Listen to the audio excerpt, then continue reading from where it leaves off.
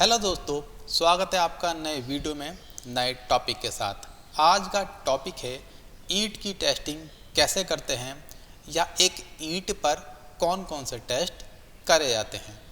इससे पहले के वीडियो में हमने जाना था ईंट किन चीज़ों से मिलकर बनती है और एक अच्छी ईंट के अंदर क्या क्या क्वालिटीज़ होनी चाहिए और ईंट कितने प्रकार की होती है।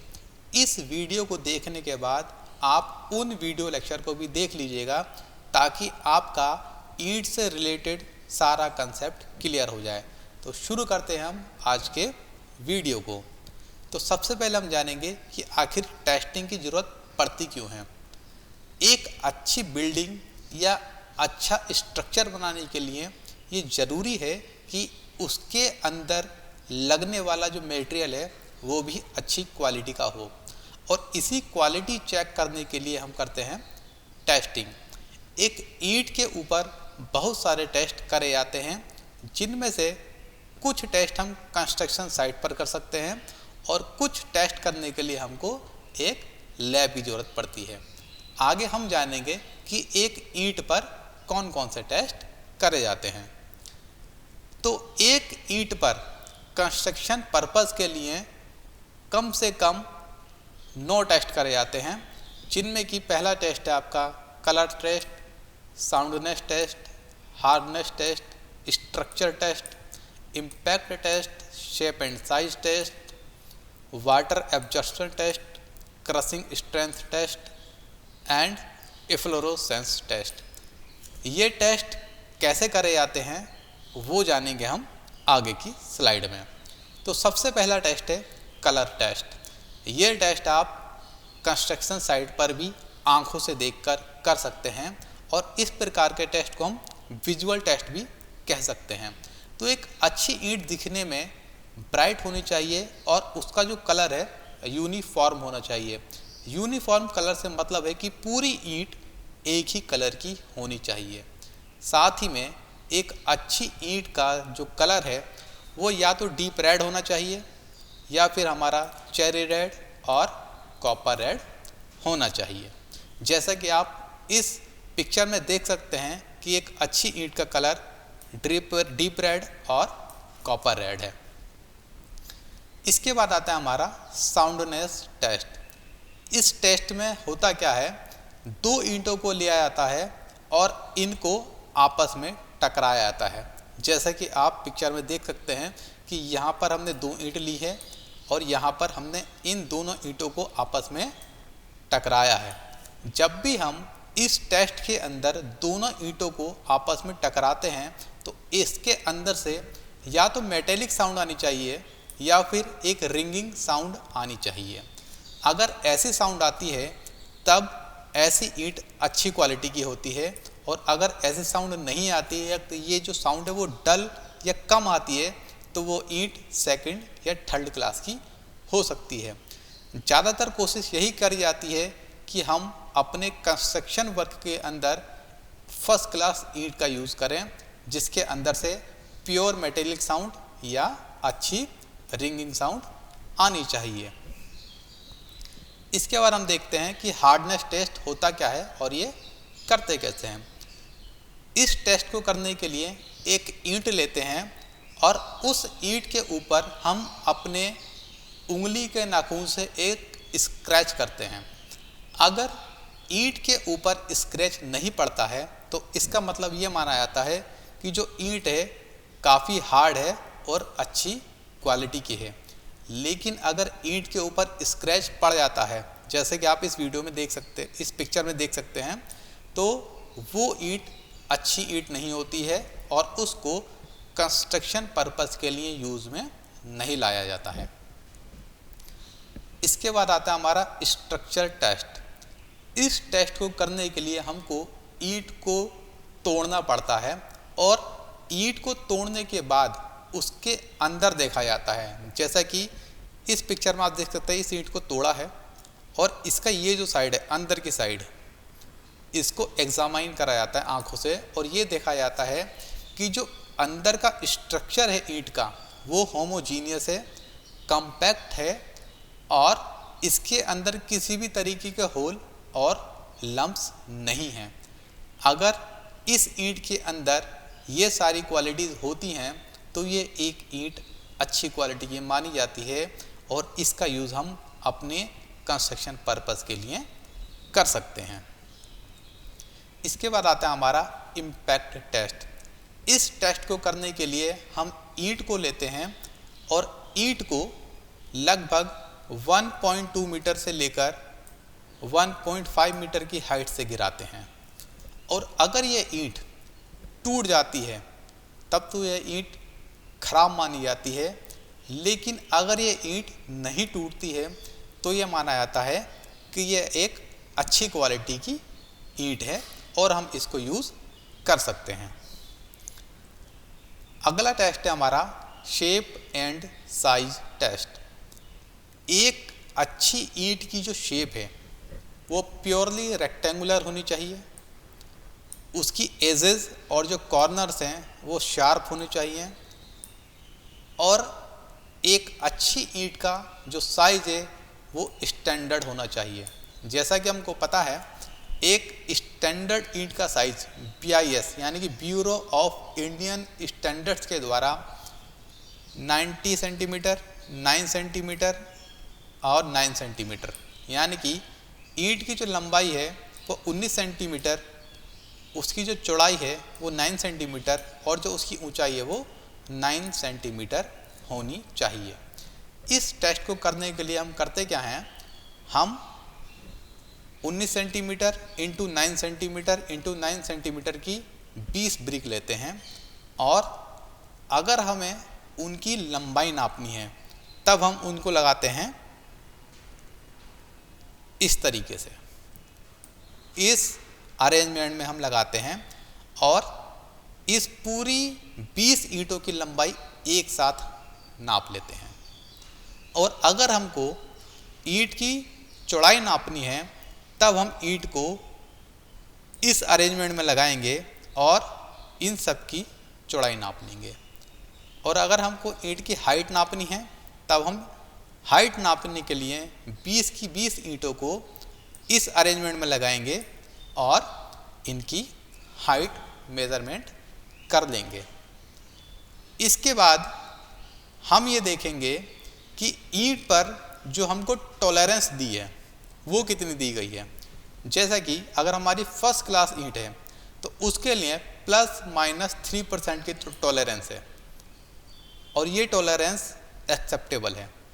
इसी तरीके से सेकंड और थर्ड क्लास के लिए ±8% की टॉलरेंस है, यानी कि अगर इनकी हाइट, विड्थ और लेंथ में 8% थर्ड क्लास और फर्स्ट क्लास के लिए और 3% plus minus first class brick के लिए ये टॉलरेंस है, यानी कि इतना ऊपर नीचे एक्सेप्टेबल माना जाता है। तो हम क्या करेंगे, इन 20 ईंटों की लंबाई नापेंगे, 20 ईंटों की ऊंचाई नापेंगे और 20 ईंटों की हम चौड़ाई नापेंगे तो वो कितनी होनी चाहिए। तो यहाँ पर लिख रखा है कि एक अच्छी ईंट की जो लेंथ होनी चाहिए एवरेज 20 ईंटों की वो होनी चाहिए 3680 mm से लेकर 3920 mm, चौड़ाई होनी चाहिए 1740 mm से लेकर 1860 mm और हाइट होनी चाहिए 1740 mm से लेकर 1860 mm। अगर ईंट की लेंथ, विड्थ और हाइट इस लिमिट में है तो ईंट हमारी अच्छी कैटेगरी की मानी जाती है। इसके बाद आता है हमारा वाटर एब्जॉर्प्शन टेस्ट। ये टेस्ट एक बहुत ही इम्पोर्टेंट टेस्ट है और ये टेस्ट हमारा कराया जाता है लैब के अंदर। अब जानते हैं कि ये टेस्ट कराया कैसे जाता है। इस टेस्ट को करने के लिए हम 5 ईंटों को लेते हैं और उन ईंटों को 110 से लेकर 150 डिग्री सेल्सियस के टेम्परेचर पर गर्म करते हैं और वो हम इसलिए गर्म करते हैं ताकि अगर उसके अंदर कोई भी मॉइस्चर है वो पूरी तरीके से निकल जाए और जो हमारी ईंट है फुली ड्राई हो जाए और हम उस सूखी हुई ईंट का वज़न कैलकुलेट कर लेते हैं और उसको लिख लेते हैं। उसके बाद उन 5 ईंटों को हम एक पानी के अंदर 24 घंटे तक के लिए पूरा डुबो देते हैं। और ईंट को इस तरीके से डुबोना है कि उसका कोई भी भाग हवा में नहीं होना चाहिए, यानी कि पूरी की पूरी ईंट पानी के अंदर डूबी हुई होनी चाहिए। और 24 घंटे पूरे होने के बाद उन पांचों ईंटों को हम निकाल लेते हैं और उनका हम फिर से वजन करते हैं, और हमारे पास वो जो वजन आता है उसको नोट कर लेते हैं। और सपोज करते हैं हम कि जब हमारा सूखी ईंट का वजन था वो था W1 और जो गीली ईंट का वजन था वो था W2, और हम इसको रखते हैं वाटर एब्जॉर्प्शन के फॉर्मूले में, जो कि है W2 minus W1 upon W1 into 100। तो ये हमारा वाटर एब्जॉर्प्शन परसेंटेज में आ जाएगा। तो अब हम यहाँ देखेंगे कि आखिर कौन सी ईंट कितना पानी एब्जॉर्ब करेगी तो वो किस कैटेगरी में आएगी। तो अगर ऐसी ईंट जो कि 10% से ज़्यादा, यानी कि सूखी हुई ईंट का जो वजन है उससे 10% से ज़्यादा एब्जॉर्ब नहीं करती है तो वह आती है फर्स्ट क्लास ईंट की इस कैटेगरी में। और अगर वो 15% से ज़्यादा एब्जॉर्ब नहीं करती है तो वह आती है सेकंड क्लास की कैटेगरी में। और अगर वो 20% से ज़्यादा एब्जॉर्ब नहीं करती है तो वह आती है थर्ड क्लास की कैटेगरी के अंदर। तो ये था हमारा वाटर एब्जॉर्प्शन टेस्ट। आप इस पिक्चर में देख सकते हैं कि ये ईंट है और ये पानी से भरा हुआ एक ड्रम है जिसके अंदर ईंट को डुबाया जा रहा है। और ये देखेंगे आप कि ये ईंट इस तरीके से डुबाई गई है कि इसका कोई भी भाग हवा में ओपन नहीं है। तो इसी तरीके से हमको इस टेस्ट के अंदर ईंटों को डुबा कर रखना है। इसके बाद आता है हमारा क्रशिंग स्ट्रेंथ टेस्ट। इस टेस्ट के द्वारा हम ये मेज़र करते हैं कि जो हमारी ईंट है कितना वजन सह सकती है। तो इस टेस्ट को करने के लिए हम 5 ईंट लेते हैं और उसको हम पहले पानी में डुबो देते हैं और इतनी देर तक डुबोते हैं कि वो जो है पानी से सैचुरेटेड हो जाए। उसके बाद ईंट के अंदर जो फ्रॉग बना होता है, फ्रॉग जिसको हम क्या बोलते हैं, तिल्ला, आपने ईंट के अंदर एक ग्रूव कटा हुआ देखा होगा, उसी को हम फ्रॉग कहते हैं। और उस फ्रॉग के अंदर हम 1:3 का सीमेंट मिक्सचर फिल कर देते हैं और ईंट को हम कर देते हैं प्लेन। 1:3 सीमेंट मिक्सचर का मतलब है 1 भाग सीमेंट और 3 भाग रेत। इसके बाद उस ईंट को हम 3 दिन के लिए पानी के अंदर पूरा डुबो देते हैं ताकि जो हमारा सीमेंट है उसको सेटिंग होने का टाइम मिल जाए। उसके बाद उन ईंटों को निकालते हैं हम 3 दिन बाद। फिर जो हमारी एक मशीन आती है जिसको हम बोलते हैं क्रशिंग मशीन या कंप्रेशन टेस्टिंग मशीन, उस टेस्टिंग मशीन पर उस ईंट को ले जाते हैं और उस ईंट के ऊपर हम तब तक लोड को अप्लाई करते हैं जब तक कि ईंट टूट ना जाए। और जिस वैल्यू पर ईंट टूट जाती है हम उस वैल्यू को नोट कर लेते हैं और वही वैल्यू हमारी कहलाती है क्रशिंग स्ट्रेंथ। तो यहाँ पर कंप्रेसिव स्ट्रेंथ या क्रशिंग स्ट्रेंथ का फॉर्मूला भी लिखा हुआ है कि मैक्सिमम लोड एट फेल्योर। इसका मतलब हुआ यानी कि वो लोड जिस पर जो हमारी ईंट है वो टूट जाती है अपॉन एरिया ऑफ स्पेसिमेन, यानी कि ईंट का जो हमारा एरिया है। तो यहाँ पर हमने फर्स्ट क्लास, सेकंड क्लास और थर्ड क्लास की लिमिट लिख रखी है कि किस ब्रिक की कंप्रेसिव स्ट्रेंथ कितनी होनी चाहिए। तो अगर हमारी फर्स्ट क्लास ब्रिक है तो उसकी जो हमारी कंप्रेसिव स्ट्रेंथ है वो होनी चाहिए 280 kg पर सेंटीमीटर स्क्वायर और मिनिमम होनी चाहिए 245 kg पर सेंटीमीटर स्क्वायर। सेकंड क्लास की होनी चाहिए 175 kg पर सेंटीमीटर स्क्वायर से लेकर मिनिमम 154 kg पर सेंटीमीटर स्क्वायर।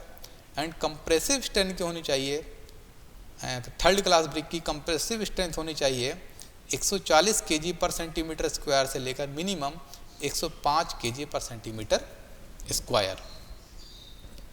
इसके बाद आता है हमारा इफ्लोरोसेंस टेस्ट। सबसे पहले हम यहाँ समझेंगे कि आखिर इफ्लोरोसेंस होता क्या है।